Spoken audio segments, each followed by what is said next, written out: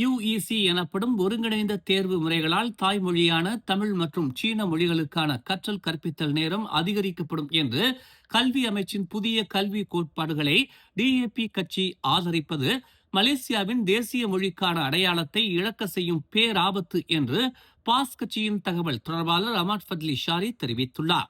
மலேசிய அடையாள அட்டையை கொண்டிருந்தால் மட்டும் நீங்கள் மலேசியராகிவிட முடியாது. தேசிய மொழிக்கு எதிராக செயல்படுவதை நிறுத்திக் கொள்ளும்படி அமாட் ஃபத்லி ஷாரி டிஏபிக்கு எச்சரிக்கை விடுத்தார். கடந்த 1980 முதல் யுஇசி எனப்படும் ஒருங்கிணைந்த தேர்வு முறையை கல்வி அமைச்சு அமல்படுத்த வேண்டும் என டிஏபி அரசாங்கத்தை வலியுறுத்தி வருகிறது. தற்போது பக்காத்தானின் கல்வி அமைச்சர் ஃபத்ரினா சிடேக் தலைமையிலான கல்வி அமைச்சு புதிய கல்விக் கொள்கையில் யுஇசி முறைமைகளை ஆராய்ந்து அதனை பயன்பாட்டுக்கு கொண்டுவர முயற்சிகளை மேற்கொண்டு வருகிறது.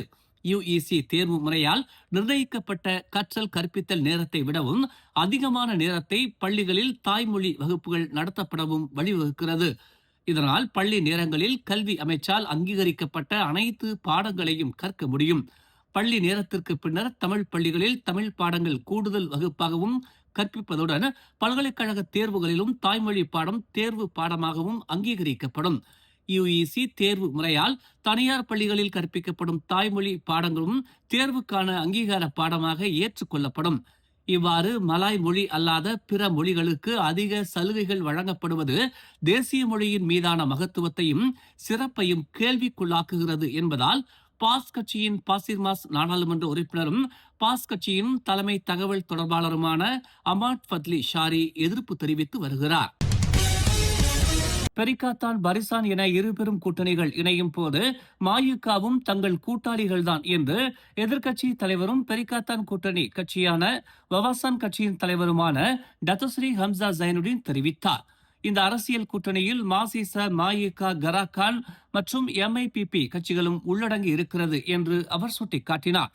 அப்படியானால் பெரிக்காத்தான் இஸ்லாத்தையும் மலாய்க்காரர்களுக்கானதாக மட்டுமான கட்சியாகவே நாம் பார்க்க கூடாது என்று அவர் தெரிவித்தார்.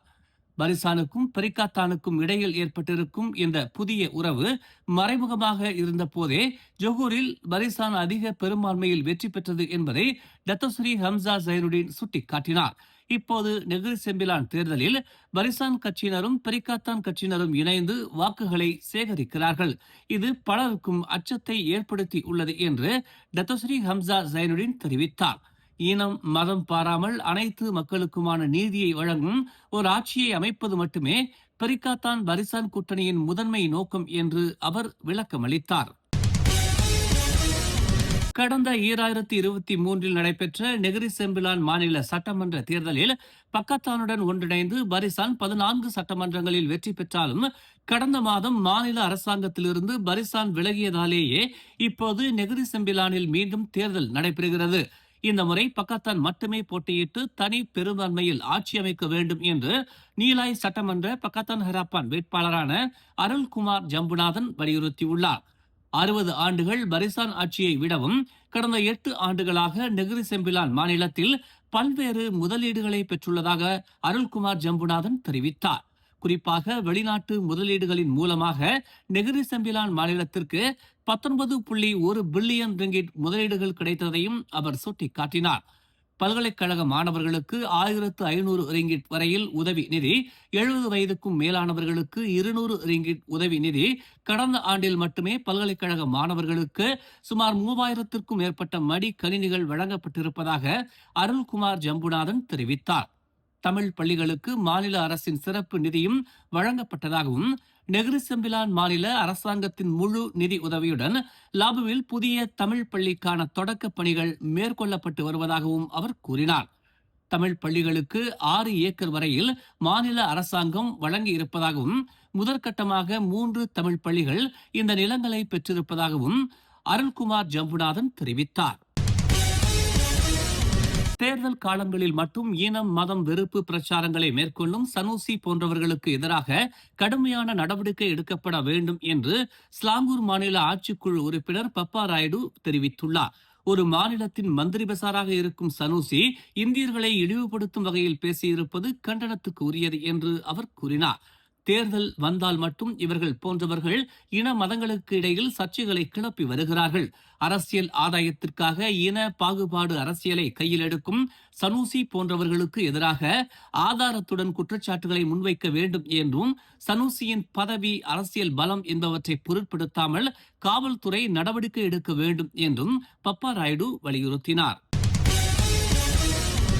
நெகிரி செம்பிலான் மாநில சட்டமன்ற தேர்தலில் பரிசான் வெற்றி பெற்று ஆட்சி அமைத்தால் மாயிகாவுக்கு 2 அமைச்சர் பதவிகள் வழங்கப்படும் என்று பரிசான் தலைவர் டத்தஸ்ரீ அமாட் ஜாகிர் ஹமீடி கூறினாலும், இப்போது மாநில தேர்தலில் பரிசானுடன் கைகோர்த்திருக்கும் பாஸ் கட்சி இதை ஏற்குமா என்று புந்தோங் சட்டமன்ற உறுப்பினர் துளசி மனோகரன் கேள்வி எழுப்பினார். ஜாகித் மிகவும் தாமதமாக இந்தியர்களை அங்கீகரிக்கிறார். கடந்த 2004 ஆண்டு முதல் 2018 ஆண்டு வரையில் பரிசான் ஆட்சியில் இருந்த நெகிரி செம்பிலானில் ஒரே ஒரு இந்திய ஆட்சிக்குழு உறுப்பினருக்கு மட்டுமே பரிசான் வாய்ப்பளித்தது. ஆனால் 2018 நெகிரி செம்பிலான் தேர்தலில் பக்காத்தான் தலைமையிலான ஆட்சியில் 2 ஆட்சிக்குழு உறுப்பினர்களாக இந்திய சட்டமன்ற உறுப்பினர்கள் நியமிக்கப்பட்டதை துளசி மனோகரன் சுட்டிக்காட்டினார்.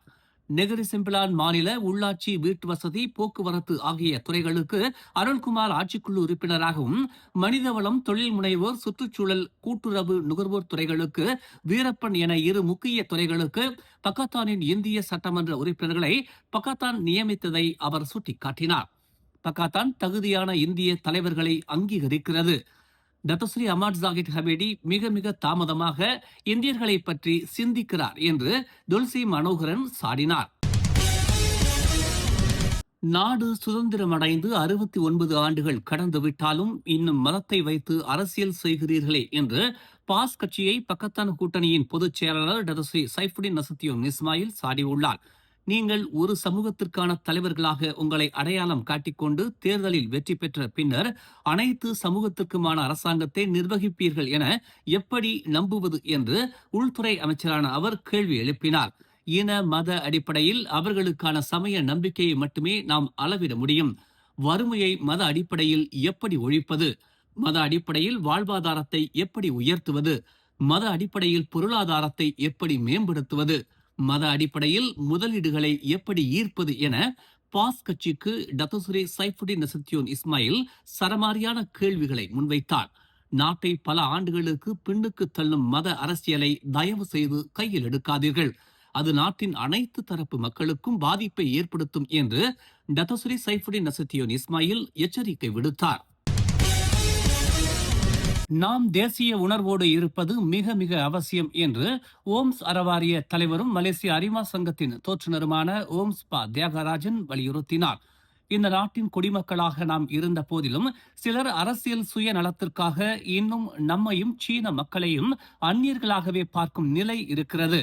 அண்மையில் நெகிரி செம்பிலான் மாநில தேர்தல் பிரச்சாரத்தில் பேசிய கெடா மந்திரி பெசார் சனூசி, இந்தியர்களுக்கு இந்தியா தாயகம், சீனர்களுக்கு சீனா தாயகம், ஆனால் மலேசியர்களுக்கு மலேசியா மட்டுமே தாயகம் என்பது போல் பேசியிருப்பதை சுட்டிக்காட்டிய அவர், இது போன்ற ஜென்மங்கள் இன்னும் பேசிக் கொண்டுதான் இருப்பார்கள் என்று கூறினார். சனூசியின் இந்த வன்ம பேச்சுக்கு கண்டனம் தெரிவித்த ஓம்ஸ் பா தியாகராஜன், இவர்களின் சுய ரூபம் இதுதான் என்று கூறினார். இந்த நாட்டை பண்படுத்தி காடு மேடுகளை சரி செய்து இங்கேயே பிறந்து இங்கேயே வளர்ந்து மலேசியாதான் எமது தேசம் என மார்தட்டி நிற்கும் நம்மை இந்த தேசத்தின் குடிமகனாக ஏற்றுக்கொள்ள கடுகளவேனும் அவர்கள் நெஞ்சில் இடமில்லை என்பதுதான் நிதர்சனமான உண்மை. மலேசியாவின் அடையாளமே பல்லினமும் ஒன்று சேர்ந்து வாழும் இந்த ஒற்றுமைதான். ஆனால் இந்த ஒற்றுமைக்கு தீ மூட்டும் வேலையை செய்கிறார்கள் இந்த அரசியல் வியாபாரிகள். இதில் பரிசான் வேறு, அவர்களுடன் கூட்டணி வைத்து தேர்தலை சந்திப்பது கொடுமையிலும் கொடுமை. எல்லோருக்குமான கட்சி என்று பரிசானை அவர்கள் முன்னிறுத்தினாலும் இப்போது பாஸ் கட்சியுடன் உறவு வைத்துள்ள நிலையில் அவர்களை என்னவென்று சொல்வது? பதவிகளுக்காக பல்லினத்துவத்தையே அடகு வைக்கும் இவர்களுக்கு மக்கள்தான் தகுந்த பாடம் கற்பிக்க வேண்டும் என்று அவர் அறிவுறுத்தினார். மாநில ஆட்சியிலேயே இந்தியர்களை, சீனர்களை பதம் பார்க்க தொடங்கிவிட்டது இந்த பரிசான் பெரிகாத்தான் கூட்டணி என்றால், மத்தியில் ஆட்சி அமைத்தால் இவர்கள் என்னவெல்லாம் செய்வார்கள் என்பதை நாம் சிந்தித்து பார்க்க வேண்டும் என்று ஓம்ஸ் பா தியாகராஜன் கேட்டுக்கொண்டார். நேற்று கிள்ளான் தமான் செந்தோசா தமிழ் பள்ளி வளாகத்தில் மலேசிய தமிழ் பண்பாட்டு இயக்கம், ஸ்லாங்கூர் மாநில தலைமை ஆசிரியர் சங்கம் மற்றும் மலேசிய தமிழ் கலை இலக்கிய படைப்பாளர் அமைப்பு ஆகியவை இணைந்து நடத்திய பாரம்பரிய விளையாட்டுப் போட்டி நிகழ்வில் பங்கேற்று பேசுகையில் ஓம்ஸ்பா தியாகராஜன் இதனை தெரிவித்தார். மேலும் செய்திகளை தெரிந்து கொள்ள தமிழ் மலர் இணையதளம், தமிழ் மலர் செயலி மற்றும் மலர் டிவி யூடியூப் சேனலை வலம் வாருங்கள்.